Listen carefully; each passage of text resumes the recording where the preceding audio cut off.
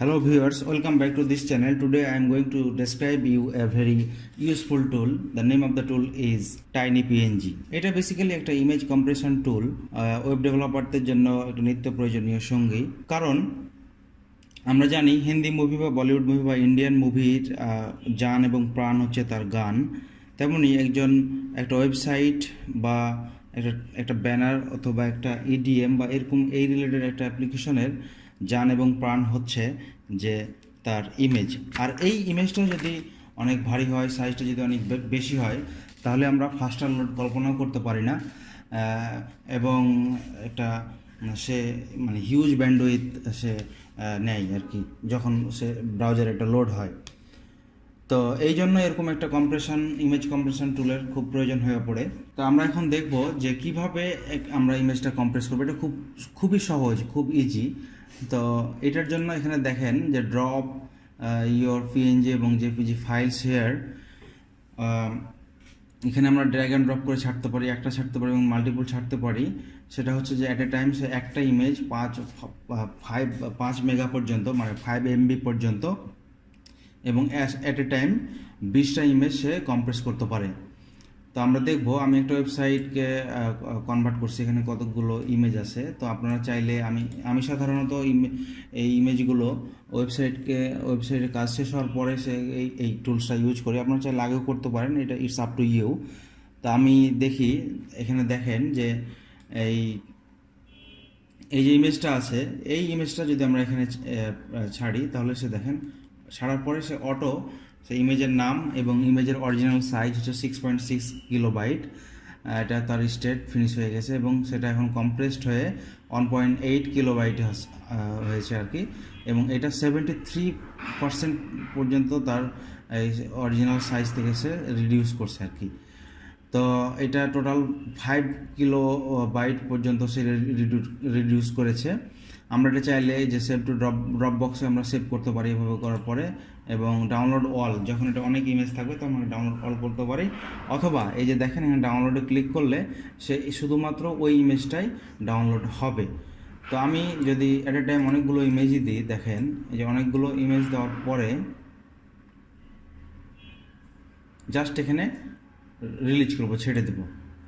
এই যে দেখেন ছাড়ার পরে সে কত ফাস্ট কাজ করে।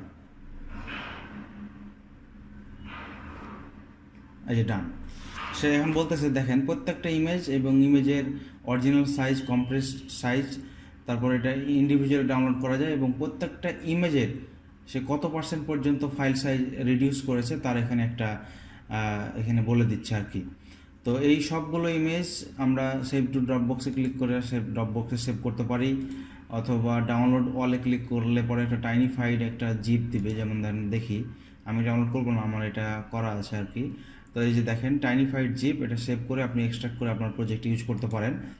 তারপরে এটা হচ্ছে যে দেখেন টোটাল এই ফাইলগুলো থেকে সে 42% আর কি রিডিউস করছে। সেটা যদি সাইজে আমরা বলি, তাহলে হচ্ছে যে 361 কিলোবাইট। তো এটা হিউজ আর কি। তো যদি আমি এটা হচ্ছে মেইন জিনিস। তো আমরা যদি সামারি করি যে এই টুলসটার, তাহলে কতগুলো অ্যাডভান্টেজেস পাবো। যেমন এটা হচ্ছে যে অনেক ফাস্ট কম্প্রেস করে, যেমন অন্যান্য কম্প্রেসরও আপনারা দেখতে পাবেন অনলাইনে বা বিভিন্ন জায়গায়, কিন্তু ওটা অনেক স্লো বা এত ফাস্ট কাজ করে না। তো এটা হচ্ছে যে অনেক ফাস্ট কাজ করে। তারপর এটা হচ্ছে যে মোর দ্যান 70% পর্যন্ত সে কম্প্রেস করে, যেমন 70%, 75% পর্যন্ত একটা ইমেজকে সে কম্প্রেস করতে পারে। এবং এটা 5 MB প্রত্যেকটা ইমেজ, এবং অ্যাট এ টাইম 20টা ইমেজ সে কম্প্রেস করতে পারে বিনামূল্যে, মানে ফ্রি। যদি আপনারা আরও বেশি চান, তাহলে এখানে যে GoPro আছে বা প্রিমিয়াম মেম্বারশিপ নিলে হয়তো বা আপনারা আনলিমিটেড এটা করতে পারেন। তারপরে এটা একটা ফটোশপে প্লাগইন আছে। এই প্লাগইনটা ফটোশপে ইনস্টল করার পরে সেটাকে আপনার সেখানে আরও খুব সহজেই স্কেল এবং রিসাইজ সব কিছুই করা যায়। তারপরে এখানে যে এত কিছু সে যে কম্প্রেস করার পরে সে অরিজিনাল সাইজ এবং ট্রাঙ্কেটেড বা শ্রাঙ্ক বা কম্প্রেসড ফাইলের কোনো ডিফারেন্স এখানে নাই। তারপর ওভারঅল এখানে যে সে কীভাবে কাজ করে, ভিতরের যে মেকানিজম, তারপরে এখানে তার এফএকিউ কোশ্চেন আছে, কোশ্চেনের কতগুলো অ্যান্সার আছে, যে ফ্রিকোয়েন্টলি আস্কড কোশ্চেনের অ্যান্সার আছে। আপনারা চাইলে এটা কীভাবে কাজ করে এটা দেখতে পারবেন, এই জন্য তাদের একটা ভালো ডকুমেন্টেশন আছে। তো আজকের মতো ভিডিওতে এই ছিল, আর এখানে দেখার মতো তেমন কিছু নাই। আপনাদের যদি ভালো লেগে থাকে তাহলে আপনারা প্লিজ কমেন্ট, সাবস্ক্রাইব করেন, তাহলে হয়তো বা আমার এটা পরবর্তীতে ভিডিও বানানোর জন্য আমার কাছে অনেক মানে ইজি হবে এবং ইন্সপায়ারিং কিছু একটা হবে। That's all, thank you watching this channel.